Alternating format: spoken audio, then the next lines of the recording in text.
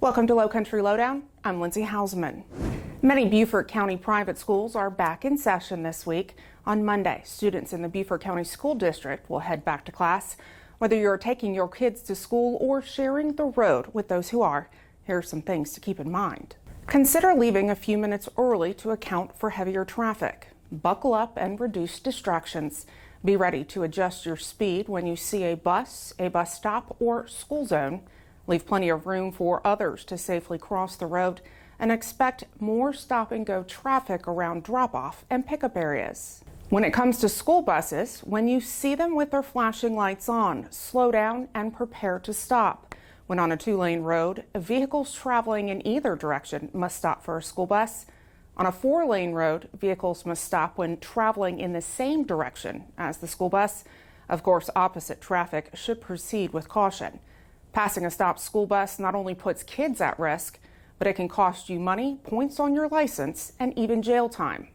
In school zones, please slow down and obey the posted speed limit when the flashers are blinking. Stop and yield to pedestrians in the crosswalk or intersection, and always stop for crossing guards holding a stop sign. Students aren't the only ones heading back to school. Our school resource officers are too. Here's Patrolman First Class Munda sporting her back to school sign. While some information is okay to share, we ask parents to be cautious about oversharing information about your child online. Never share information such as school locations, your child's name, and other personal information that can be used by predators and criminals for identity theft and scams. And speaking of scams, we've taken several reports as of late where Beaufort County residents ended up losing thousands of dollars to scammers. One woman got an email appearing to be from Microsoft that stated her account had been compromised. In the end, the scammers had her make a wire transfer to China worth more than $100,000, as well as Bitcoin purchases totaling about $45,000. In another case, a woman found an ad for a puppy for sale on Facebook. The kennel, allegedly located in Ohio, said it would accept payment for the pup via gift cards and prepaid credit cards. After purchasing these cards and sending them, the woman never received her puppy and is now out several $1,000s.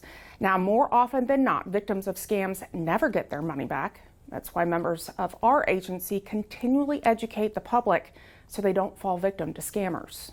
It's a challenge for law enforcement to, we want to help get our victims' money back, but when unfortunately, the bad guys know there's no way of us finding that money, and we have a victim who is distraught because they've lost thousands of dollars, how do you bring that back in person whole? We can't sometimes. And so you leave a little hole in your own heart thinking, this poor person, they were scammed, how can I prevent this next time? What can we do as Beaufort County Sheriff's Office to help prevent that next victim not send that money? If you feel like you've been a victim of a scam, you can report it to us by calling our non-emergency dispatch line at 843-524-2777. Also, if you're interested in having someone come speak to your neighborhood or organization about this topic, you can visit our website. Click on the Crime Prevention tab and then request a speaker. Human remains found in a burned car on August 5th off Ramsey Road in Burton have been identified as 49-year-old Clifford Lamont Jenkins. Our Forensic Services Laboratory matched DNA from the deceased with DNA from personal effects of Jenkins. The manner of death has been ruled homicide. Jenkins was last seen on July 14th leaving his home in Grays Hill. Anyone with information related to his disappearance and death is encouraged to call Sergeant Snyder. That's 843-255-3421, or Crime Stoppers of the Lowcountry at 843-554-1111 if wishing to remain anonymous. A father and son arrested in connection to a shooting in Bluffton over the weekend remain in custody. On Saturday evening, shortly after 5:30, deputies were called to Hallmark Homes on Malthus Road for the report of a vehicle with damage from a bullet. Once there, they learned the shooting had occurred several hours earlier and following a fight between two men nearby. Deputies also learned a 7-year-old girl was hurt by a stray pellet from one of the bullets. She was outside when the shots were fired. That child was taken to the hospital by a parent, treated, and released. Investigators identified the two men involved in the shooting as 23-year-old Carlos Joaquin Encorena and 45-year-old Carlos Isaac Encorena. Both were arrested Monday and face charges of assault and battery of a high and aggravated nature, unlawful possession of a sawed-off shotgun, possession of a weapon during the commission of a crime, and aggravated breach of peace. An anonymous tip leads to the arrest of a teen wanted in connection to a shooting last month. On Saturday afternoon, deputies were called to Hilton Head Gardens Apartments following a tip of suspicious activity in a vacant apartment. While investigating, a teen jumped out of the apartment window and took off running. The teen was found nearby, detained, and identified. Turns out the 17-year-old was wanted in connection to a shooting at the complex on July 19th that left an 18-year-old with a non-life-threatening gunshot wound. The 17-year-old, 16 at the time of the shooting, he was taken to the Department of Juvenile Justice on the charges listed there on your screen. He is scheduled to go before a family court judge this week.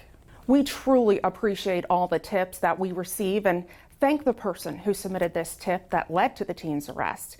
Should you ever have information, even if it seems small, related to criminal activity in Beaufort County, we encourage you to report it. Our non-emergency dispatch line will connect you to our communications center. That number is 843-524-2777. Our website, bcso.net. You can submit a tip there. We've made it easy to access that form as it's on our homepage. And as always, Crime Stoppers of the Lowcountry is a great program. It's a way for you to provide anonymous information about criminal activity. There are 3 ways to submit information through Crime Stoppers. You can call, download the P3 Tips app, or submit a tip online. Members of our crime scene unit spent last week in a comprehensive hands-on forensic investigation training.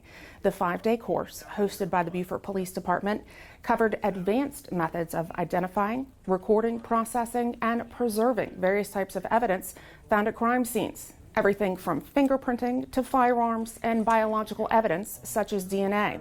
The program was geared towards first-hand use of equipment, materials, and supplies necessary for thorough and comprehensive evidence collection. It's great, the information that we're learning I can pass on to junior deputies who have an interest in, crime scene.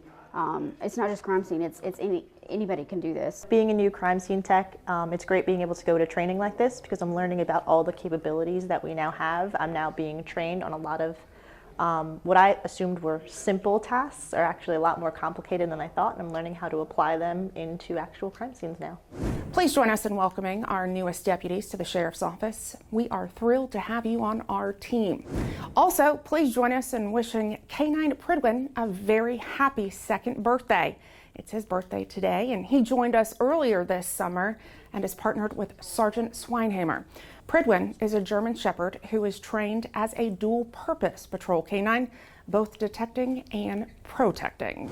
If you have something that you'd like to know more about or see covered here on Lowcountry Lowdown, feel free to send me an email at lindsay.hausman@bcgov.net.